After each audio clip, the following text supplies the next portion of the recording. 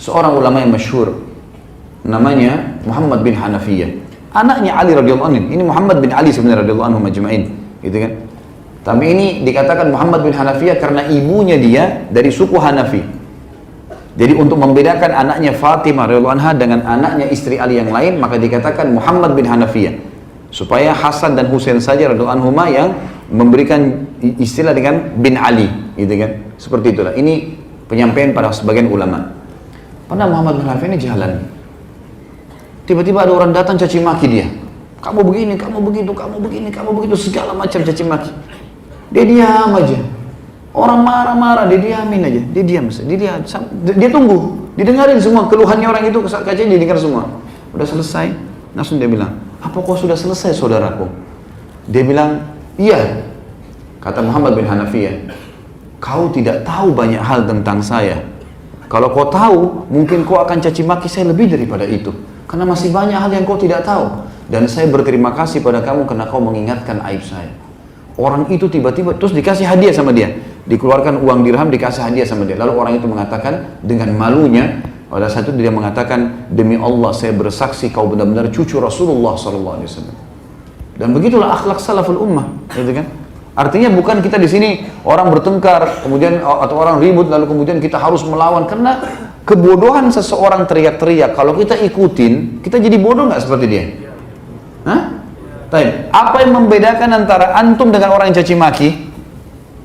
Kalau kita diam, maka kelihatan perbedaan kan?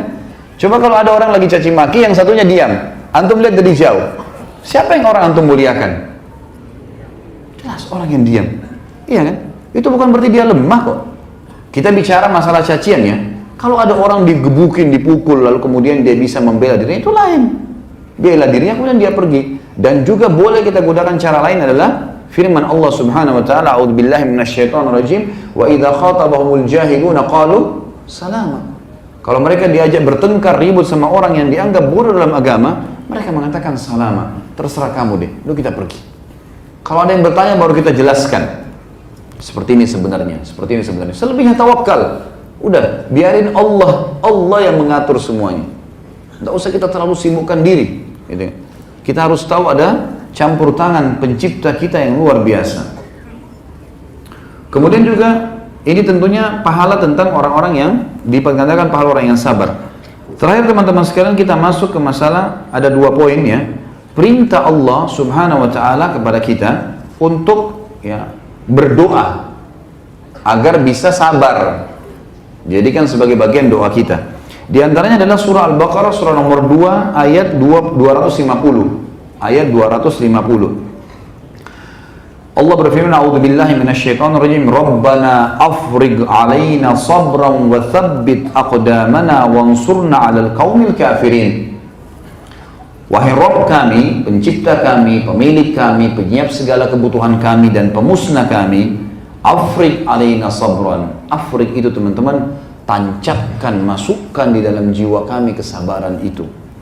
Dan kokohkan telapak-telapak kaki kami, dan berikanlah kami pertolongan dari kaum-kaum yang kafir. Kata ulama tafsir sebagian, siapa yang baca doa ini sementara dia sedang berhadapan dengan sebuah masalah atau ada orang yang berbuat buruk sama dia, maka dipastikan tanpa dia mengucapkan satu kalimat pun Allah akan membuat dia menang. Karena dia bilang afriq alaina sabran, kemudian watsabbit aqdamana, tanamkan rasa sabar dalam hati kami, kemudian kokohkan telapak kaki kami. Maksudnya jangan membuat kami ini akhirnya goyah, jadi malas, jadi takut, jadi khawatir.